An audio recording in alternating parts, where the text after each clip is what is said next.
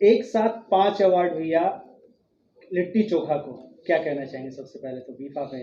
देखिए अवार्ड जो है ना कहीं ना कहीं ये दर्शाती है कि लोगों को वो चीज़ें पसंद आई हैं और डायरेक्टर प्रोड्यूसर ने ईमानदारी से काम किया है अपने सिनेमा के लिए और अपने भाषा के लिए। और ये अवार्ड हमारे लिए नहीं है, ये हमारे सिनेमा के लिए नहीं है, ये कहीं ना कहीं हमारी भाषा को बड़ा करता है कि हम उस लेवल पे आ गए हैं, चाहे हम उस लेवल पे काम करना शुरू कर दिए हैं कि हमें भी उस जगह पे दुनिया बैठाना चाहती है और हमारे बीच में ये सारी चीज़ें हो रही हैं तो अच्छा लगता है। और पराग पाटिल जी के बारे में क्या कहूँ मैं, इनके साथ पहला सिनेमा संघर्ष किया जो कि एक अलग मिसाल कायम किया और हमेशा ये स्टाइल सिनेमा से जाने जाते थे, लेकिन इन्होंने पारिवारिक फिल्म भी बनाई तो दुनिया को अपनी पहचान, मुझे लगता है कि मेरे सिनेमाओं में सबसे ज़्यादा चलने वाला संघर्ष है जो कि लोगों तक, मेरे माँ को बहुत पसंद है वो सिनेमा, मेरे पापा को बहुत पसंद है, मेरे बेटी को बहुत पसंद है, मेरी पूरी फैमिली को बहुत पसंद है। तो जब हम काम करते हैं और कोई चीज़ मेरे अपनों को अच्छा लगती है तो वो लगता है कि यार मैंने काम किया है। और मेरी बेटी हमेशा बोलती है इस बात को कि पापा आप संघर्ष जैसा दोबारा मूवी फिर से करिए।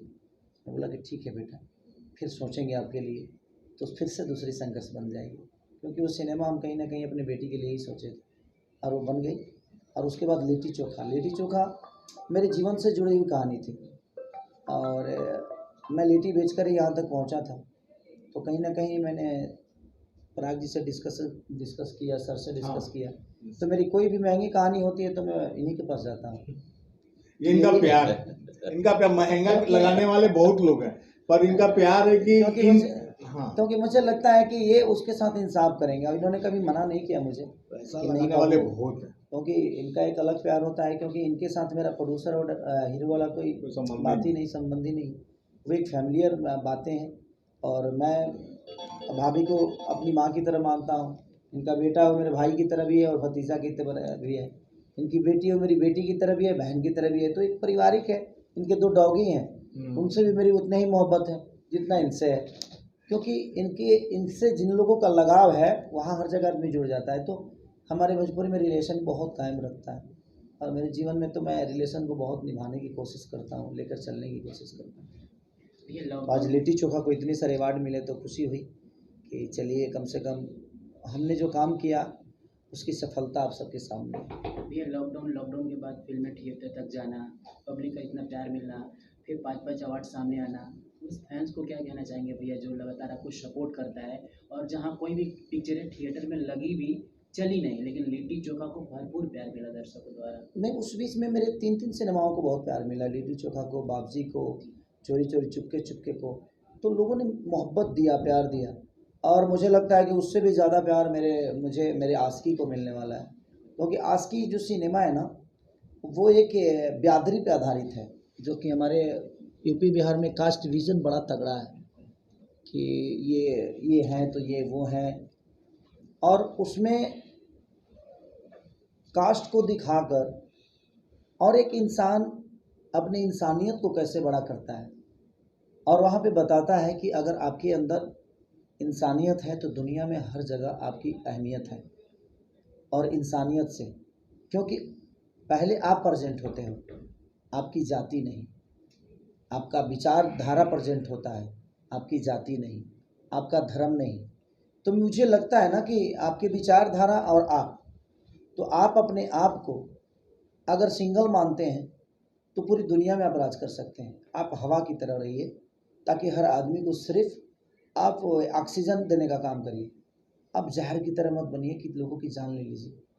तो हम लोगों ने कोशिश किया है, पराग पाटिल हो गए, हमारे राकेश त्रिपाठी जी भी बहुत अच्छे राइटर हैं, हमारे पदम भैया जो कि हम लोग को सिनेमा बनाने में बड़ा मदद करते हैं, हमारे प्रदीप भैया की मैं अगर कुछ सोच लिया तो ये कभी पूछते नहीं ये गलत है कि सही है, बनाना है, आपने सोचा है ना, अच्छा ही सोचा होगा।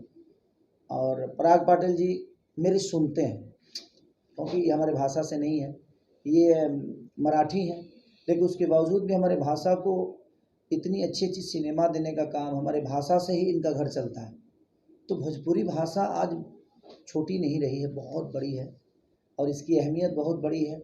जिस तरह आज के डेट में गानों का आप देख लीजिए, होड़ की बादशाह जैसे लोग भी भोजपुरी बोलने में शर्म नहीं करते हैं, पायल देव जैसी लेडीज़ जो कि बहुत अच्छी उम्दा सिंगर हैं, वो भी भोजपुरी गाने में कहीं ना कहीं उनको प्रॉब्लम नहीं होती है। उनको लगता है कि नहीं यार, मैं अपने भाषा की चीज़ें गा रही हूँ। हैं भोजपुरी, बट उनका एक क्षेत्र अलग हुआ। उसके बावजूद भी टी सीरीज जैसे सारेगामा से लेकर वेब से, मतलब जितनी भी कंपनियां हैं, सारी कंपनियां आज भोजपुरी कलाकारों के ऊपर एकदम हर जगह से टूट पड़ी है कि नहीं, हमें भोजपुरी चाहिए, भोजपुरी।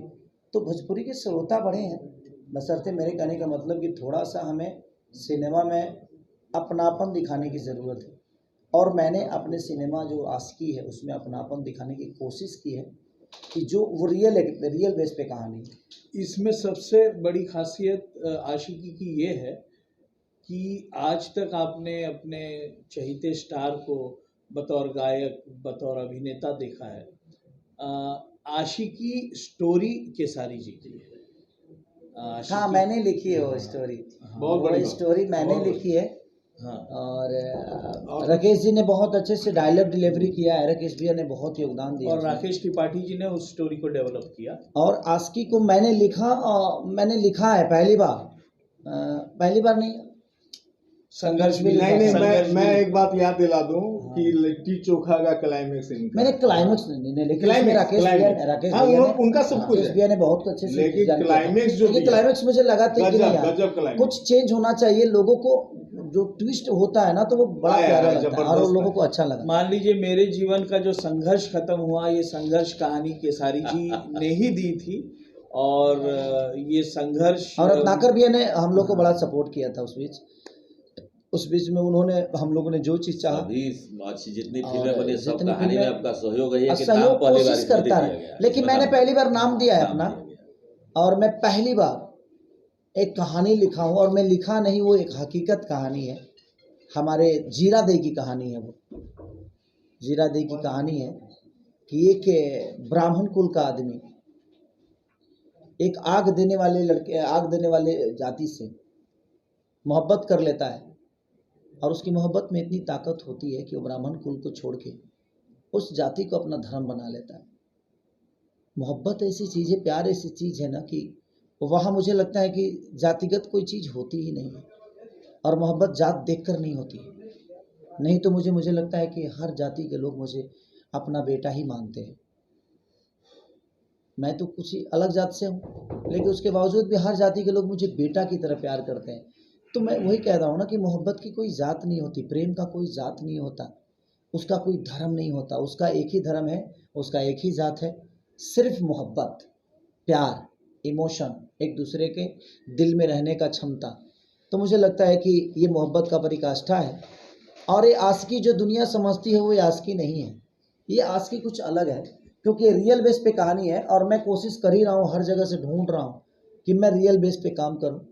जिस तरह साउथ के लोग करते हैं, जिस तरह हिंदी के लोगों ने अपने आप को बदलने की कोशिश की है, यहाँ तक कि बंगाल के लोगों ने भी अपने आप को बदलने की कोशिश की।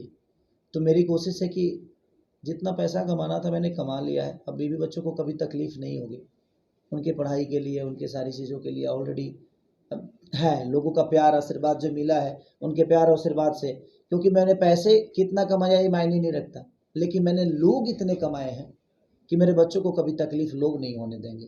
क्योंकि मैं सबके दुख या सुख में हमेशा शामिल रहता हूँ। और ये लोग मेरे बच्चों को शिक्षा दे पाएंगे और शिक्षा करा सकते हैं। उनके लिए ग्रेजुएशन का कुछ भी करें तो हमारे ऐसे कुछ मित्र हैं, ऐसे लोग हैं, ऐसे हमने अपने इर्द गिर्द लोगों को रखा है जिनके ज़रूरत पे हमेशा मैं खड़ा हुआ हूँ। और मुझे लगता है कि मुझे भी कभी तकलीफ़ होगी तो हमेशा खड़ा होंगे। तो आशिकी का जो जहाँ तक खिस्सा है, आशिकी बन गई है। मुझे लगता है कि मैं एक बड़ा सा पलानी का तख्ता जो मैं उठाया, अकेले उठा लिया। अकेले उठा लिए। और जबकि मुझे लगता है आम्रपाली जी इस पर सोच रही थी कि मैं आपको पीछे से सपोर्ट करती हूँ, लेकिन केसारी जी बोल रहे नहीं नहीं, आप मुझे देखिए और मैं आपके लिए ये पलानी उठाऊंगा और चलूंगा। और एक ब्राह्मण कुल का आदमी आग दे रहा है दुनिया को, और अपने जीवन को शमशान घाट में चला रहा है। जिसके उस जाति से मैंने एक मोहब्बत है, वो उसको लगता है कि जिंदों में तो वो समझने की क्षमता नहीं है, चलो हम उर्दू के साथ रहते हैं, और अपने आशिकी को लेकर वो मुर्दों के साथ रहता है। और ये हकीकत कहानी है, हमारे जीरादेई सिवान की है। और मैं सुना था अपने मम्मी पापा के मुंह से, अपने बुज़ुर्गों के मुंह से सुना था, मुझे लगा कि इस पे हमें कुछ काम करना चाहिए, तो मैंने कोशिश की।